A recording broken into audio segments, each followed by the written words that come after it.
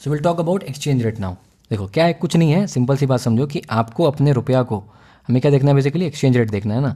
आपको बेसिकली क्या करना है, आपको अगर रुपये को किसी और करेंसी में, मे बी डॉलर में या फिर लेट से यूरो में या फिर आपको पाउंड में, कहीं पर भी कन्वर्ट करना है, तो आप किस रेट पे कन्वर्ट, कितना रुपया दोगे तो कितना पैसे मिलेगा, इसको क्या कहते हैं बेसिकली एक्सचेंज रेट कहते हैं।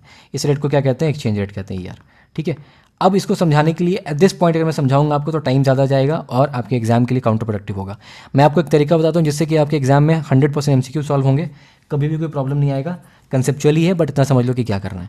अगर आपसे वो कहता है कि एक्सचेंज रेट बढ़ा, अब ये एक्सचेंज रेट दो तरीके का होता है, एक होता है nominal exchange rate, nominal exchange rate, एक होता है real exchange rate. No same फंडा है इकोनॉमी में कि जिस नाम के आगे नॉमिनल अगर लग गया, इसका मतलब होता है, नॉमिनल का मतलब होता है आपका कि ये it is the at the current market price, and real का मतलब है एडजस्टेड टू इन्फ्लेशन।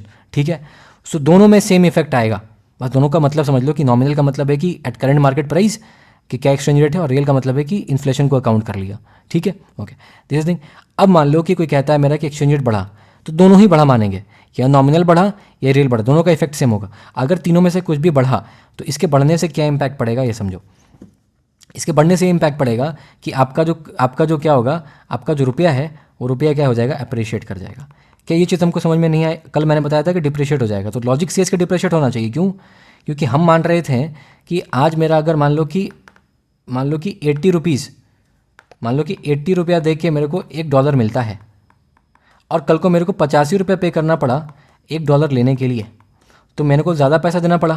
तो जिस रेट पे मैं एक्सचेंज करूँ, रेट बढ़ गया, but this is the global standard. हमको इंडिया के में मानना है, मतलब मेरे को क्या मानना है, मेरे को मानना है कि $1 पे कितना $0.015 होता है ना, इतना डॉलर है। अगर मेरे को यहाँ पे $2 देना पड़ा तो बेसिकली क्या हो गया, मेरा एक्सचेंज रेट बढ़ गया ना। So this is in our favour, that's why हम इंडिया के रिस्पेक्ट में मानते हैं, इंडिया के को रेफरेंस पॉइंट रख के मानते हैं। दैट इज़ वाई अगर मेरा एक्सचेंज रेट बढ़ता है तो मैं बोलूँगा कि मेरे लिए पॉजिटिव है, तो मेरा रुपये क्या हो गया, अप्रिशिएट कर गया। एंड वाइस वर्सा अगर मैं बात करूँ, एकदम वाइस वर्सा आपका ट्रू होगा। What will be the true thing? The true thing will be कि अगर आपका जो एक्सचेंज रेट है दैट इज़ डिक्रीजिंग, अब बीट नॉमिनल एक्सचेंज रेट और रियल एक्सचेंज दोनों ही में सेम चीज़ होगा। तो नॉमिनल हो या तो आपका NER हो या फिर आपका RER हो, दोनों ही केस में क्या इम्पैक्ट दिखेगा कि रुपया जो आपका है, रुपया आपका डिप्रिशिएट करेगा। ठीक है, तो सेम चीज़, अगर ये बढ़ेगा तो रुपया भी बढ़ेगा, ये घटेगा तो रुपया भी घटेगा, रुपया विल डिप्रिशिएट। इतनी चीज़ हमको क्लियर है, तो रुपया विल क्या हो जाएगा, रुपया विल फॉल, रुपया विल बी वीक। ठीक है, यहाँ रुपया विल बी स्ट्रॉन्ग। इतनी चीज़ क्लियर है? This is what is your need for MCQ। ठीक है, अब समझो, अब और चीज़ों को समझो कुछ।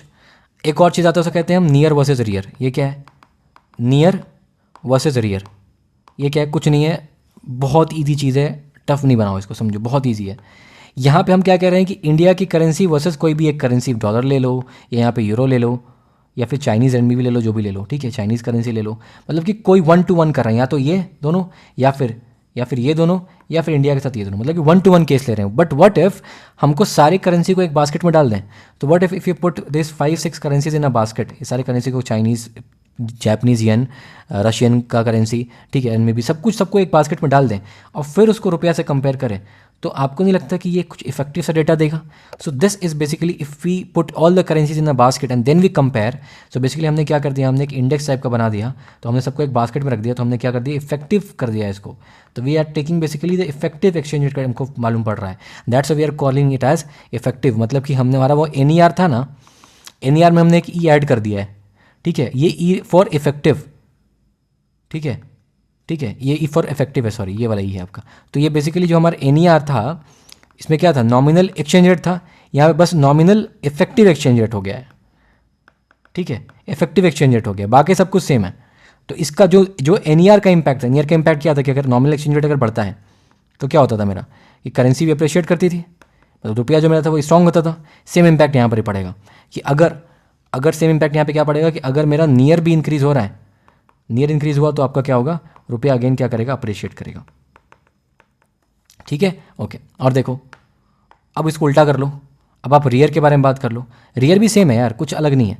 अब रियर क्या कह रहा है, तो रियर में आपको कुछ नहीं है, रियर के बारे में अगर बात करेंगे तो ये भी अगेन आपका सेम है। कैसे सेम है, हम बात कर रहे थे कि रियल एक्सचेंज रेट था, बीच में आपने सिर्फ एक इफेक्टिव ऐड कर दिया है।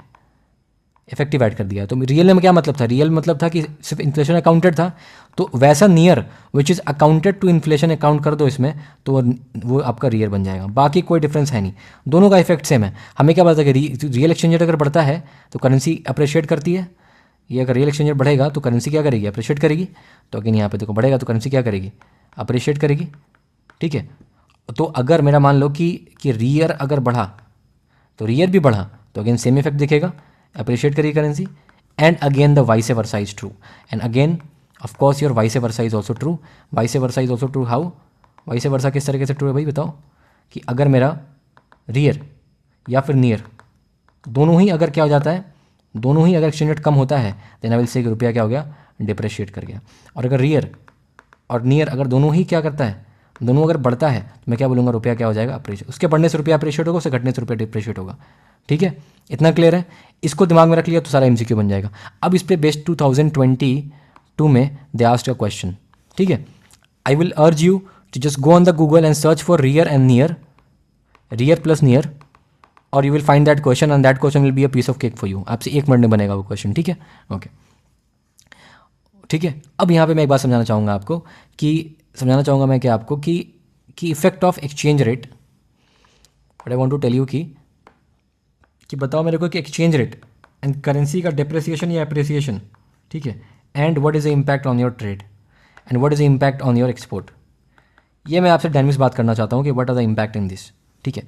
तो मैं अगर बोलूँ कि मेरा अगर एक्सचेंज रेट बढ़ा, अब जब मैं एक्सचेंज रेट बढ़ा हुआ बोलता हूँ तो एक्सचेंज रेट बढ़ा हुआ तो मतलब कि मेरा नॉमिनल एक्सचेंज रेट बढ़ा, या फिर रियल एक्सचेंज रेट बढ़ा, या फिर मेरा रियर बढ़ा, या फिर नियर बढ़ा, सबका एक ही इंपैक्ट होगा। अगर मैं बोलता हूँ एक्सचेंज रेट बढ़ा मतलब कि सब कुछ बढ़ा, ये आपको एमसीक्यू के लिए ध्यान रखना है कि अगर ये बढ़ा मतलब कि सब बढ़ा, एक्सचेंज रेट बढ़ा तो सब बढ़ा। तो अगर एक्सचेंज रेट बढ़ा मतलब सारे रेट्स बढ़े, बीट नियर रियर रियर सब कुछ चारों का चारों बढ़ा, तो इसका मतलब क्या होगा कि मेरा क्या होगा, करेंसी ऐसे कर जाएगा अप्रिशिएट। अब जैसे ही करेंसी अप्रिशिएट करेगा मतलब कि रुपया मेरा हो गया स्ट्रॉन्ग, तो रुपया अगर मेरा स्ट्रॉन्ग हो गया तो basically what is the impact on our export.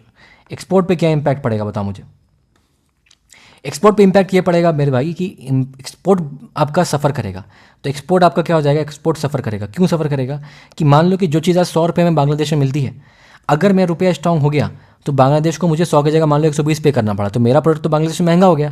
जब मेरा product becomes expensive in the Bangladesh का local market, then people will not prefer to buy our product in the Bangladeshi market, rather people will prefer to buy their own domestic product, and our product का demand will decrease, and that is why our export will decrease ultimately. So हमारा export सफ़र करेगा।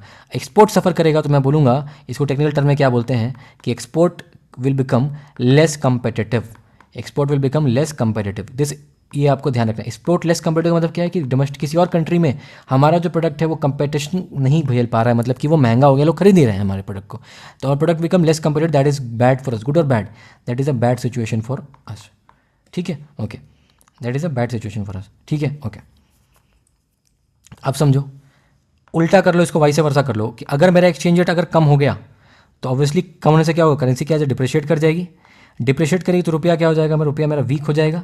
जैसे ही रुपया week होगा इससे क्या होगा कि मेरा एक्सपोर्ट क्या होगा, my export will be boosted, export boost हो जाएगा। क्यों, क्योंकि मेरा माल जो है वो दूसरे कंट्री में सस्ता हो गया। जब मेरा सामान दूसरे कंट्री में सस्ता हो गया तो बांग्लादेश वाले बांग्लादेशी प्रोडक्ट नहीं खरीदेंगे, अगर हमारा खरीदेंगे, ठीक है। तो अगर मान लो कोई एप्पल आपको सस्ते में दे दे तो इंडियन कंपनी मोबाइल खरीदोगे आप, नहीं खरीदोगे, राइट। एप्पल महंगा इसलिए नहीं खरीद पाते हो आप, समझ रहे हो।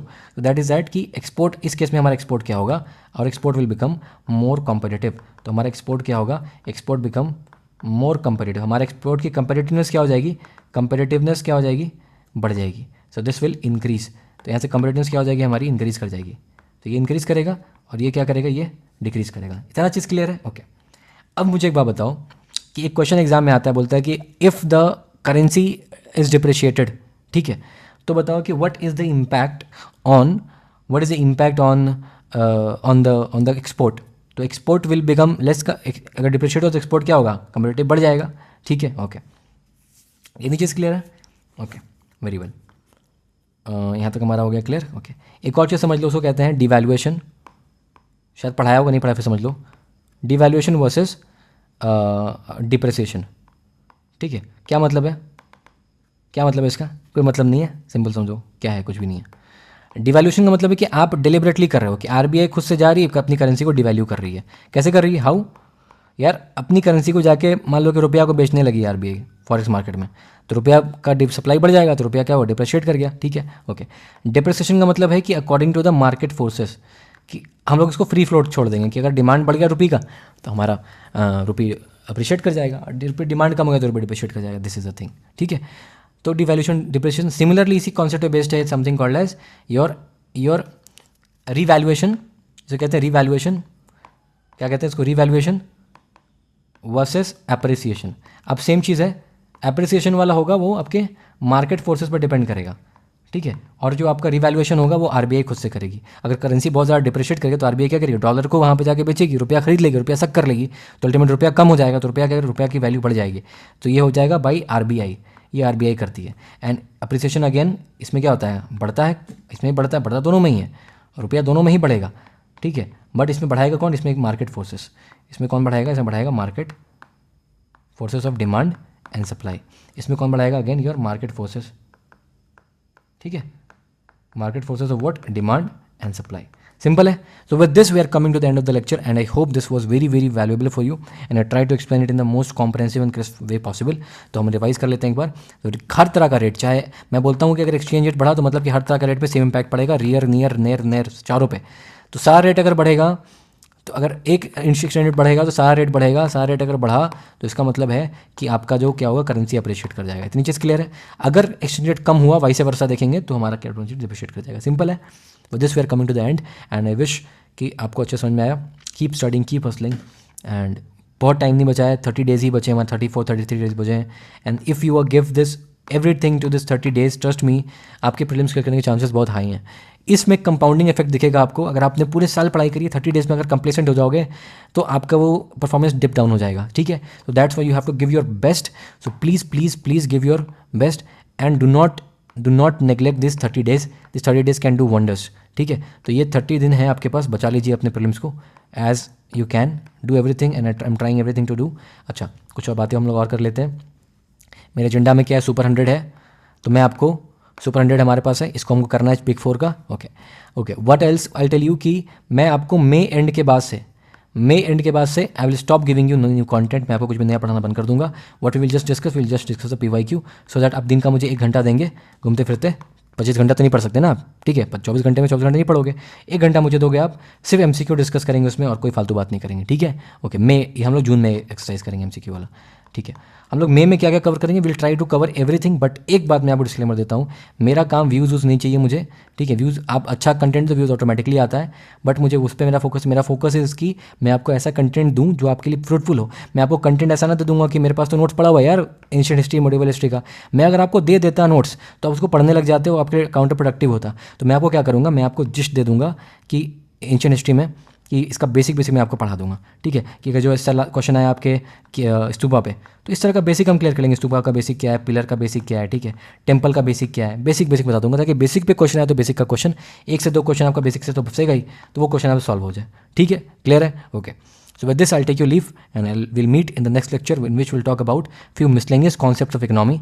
जो भी चीज़ें अब बच गई हैं, like your ministry of finance का स्ट्रक्चर देख लेंगे, क्या क्या होता है उसमें। Will talk about few other things like currency deposit ratio, will talk about money multiplier का इकोनॉमिक्स देख लेंगे। Will talk about some other things like your neo banks, ठीक है, और like your central bank digital currency, ठीक है, like your digital banking units, इस तरह की चीज़ देख लेंगे। प्रॉम्प्ट करेक्टिंग एक्शन, इन सब पे बात हम लोग कर लेंगे, ठीक है। So will meet again, till then I take you leave. जाने का मन तो नहीं है, बट ठीक है, आई टेक यू लीव, क्योंकि पढ़ाने में बहुत मज़ा आ रहा था इसको, ठीक है। So all the best and take care, keep studying, keep hustling, bye bye, Godspeed.